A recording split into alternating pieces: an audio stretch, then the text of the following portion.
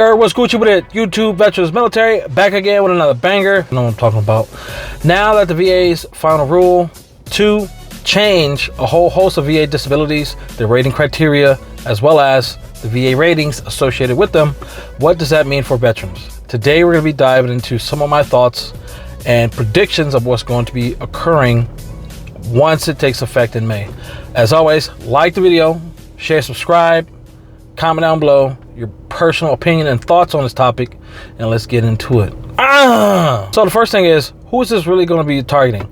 If you're not a veteran who has 100% permanent total, or a veteran who is considered static or permanent on any of these disabilities for the digestive system, the VA will be coming for you in 3 different scenarios. It's going to be during routine future re-examinations, whenever a veteran submit a new VA disability claim, as well as those veterans who are currently in the VA disability claims process right now. Starting off with those reevaluations. Currently service-connected for IBS, irritable bowel syndrome, GERD, gastrointestinal reflux disease, Crohn's disease, as well as a whole host of other disabilities. If you're currently service-connected right now, you're not at 100%, you're going to have a future routine exam.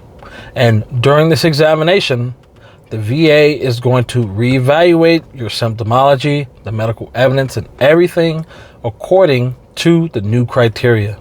So what does that mean? If you haven't already looked at the new criteria and the new VA ratings for that, I suggest you go and you review it on the VA's website, because if not, you're going to be caught off guard during these reevaluations. Because if your symptomology is not matching the 10%, the new 10%, like, so let's say if you're at 0%, more than likely, if it's at 0%, the VA is not, they're not about trying to get you an increase. You know, they're trying to put more money in their pocket, as well as at the same time prevent more veterans from submitting new claims, getting an increase, as well as making that criteria harder. So if you haven't seen the new criteria, I mean, the proposed changes have been out for quite some time now, for 2 years now, and they actually hit submit. Hey, we're going to enforce this now. So now it's good. I mean, it's not good, but you know, it's a reality that's coming true. And what that means is you need to review the medical evidence, the new criteria, in regards to, let's say if you're at 30%, and the current criteria says that you need to be severe diarrhea, you need to be blowing up the walls and stuff like that, you know, my booty hole goblins, for IBS, for example. That future routine reevaluation, and if your complaints are not sufficient to the new criteria, what are you going to get? A reduction from 30. They're going to see if it meets 20%. No? Okay, cool. If it doesn't meet 30 or 20%, they're going to knock you down to 10%, because they can't take it away from you. You're already service connected, and 0% is going away.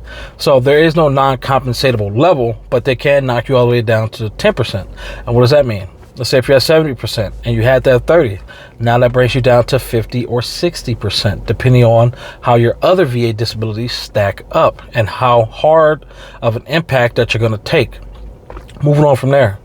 Now, if you're currently in the VA claims process and you haven't attended a C&P exam, compensation and pension exam, for any of these disabilities, GERD, IBS, Crohn's disease, other digestive issues, one of 2 things is going to occur. One, the VA is going to slow roll getting you into an examination, so they can evaluate you against the new criteria. And they're assuming a lot of veterans are not going to read the correspondence. They're not going to read the documentation. They're not going to read the new VA ratings for IBS or GERD. They're not going to read the new criteria that's needed. So most veterans, they'll hit submit on their claim. They'll wait a couple of months, 5-6 months, which is the current wait time for like a C&P exam, average wait times. Then they go to the C&P exam thinking they're about to walk up with a 30% or a 50%, 60%. And then what? They don't even get service connected. Because why? They didn't review the new documentation, the new criteria for this. So that's what the VA is going to be doing.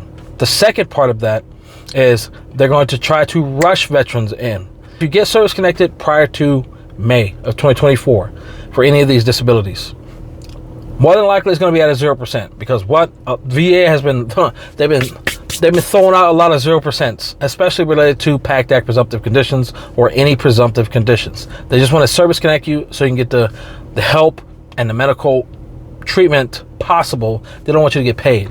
So what does that mean? If they service connect you at 0%, 9 times out of 10, most veterans want to get that increased.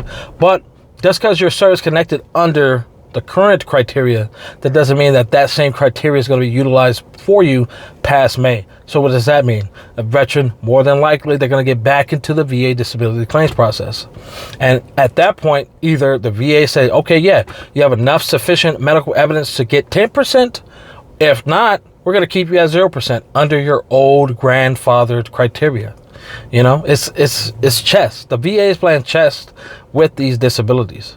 And the less knowledge that veterans know, the better at the game that they're playing.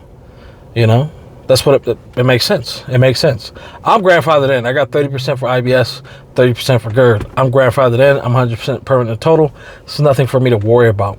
But if I was to ever submit a new claim, just to add anything, thinking that I'm going to get, 200-300% more VA compensation in my pocket, all these additional benefits that's coming out that aren't really new benefits. There's no new benefits coming out for veterans. It's just been benefits that have been, lost in time because veterans, they don't read. Cool. So with that being said, let's move on to the next one. Guess which population of veterans are going to take the biggest hit with this new criteria? The 1 million veterans who are currently in the VA disability claims process waiting for C&P exams. For what? Majority of them are PACT Act presumptive conditions or presumptive conditions. And with that being said, if you're putting in a claim for IBS, GERD, or any of these digestive systems, the VA is going to assume that it's PACT Act or TERA related. So what does that mean? That means that the VA needs 45-day request to your respective military branch, and then another 45-day out. And if they haven't done that yet, you've already lost past May 2024. So once it comes back from the military, then the VA decides they want to start processing your claim. They're going to be processing your claim for any of these digestive systems against the new criteria. So it's important that veterans stay educated on these big changes in the VA disability, especially to the rating and the criteria that's going to be utilized and put against us. So that means our medical evidence needs to be sufficient enough to get service connected, to get these new disabilities, to get these new disability ratings. The ratings do benefit veterans in the in the grand scheme of things. But if veterans don't understand the knowledge and the education and the criteria, if they're not educating themselves, it's a lost battle. It doesn't benefit them. It doesn't benefit anybody. Only thing it does is add a little bit of seasoning on the wound. Y'all know what I'm talking about. But hey, y'all like this type of content, as always, like, share, subscribe to the channel, comment down below. And I did do a video on a couple of the disabilities. New rule is going to be affecting. I will be doing a series of them. If y'all want a specific disability on that list done prior to me getting to it, let your boy know down in the comments. But hey, let your boy know. I did do a side-by-side comparison of the new VA disability criteria and new VA ratings for IBS, as well as the current ones. Check out that video as well. Hey, until next time, y'all know time, this motherfucking Debo out. Y'all stay Gucci with it as always.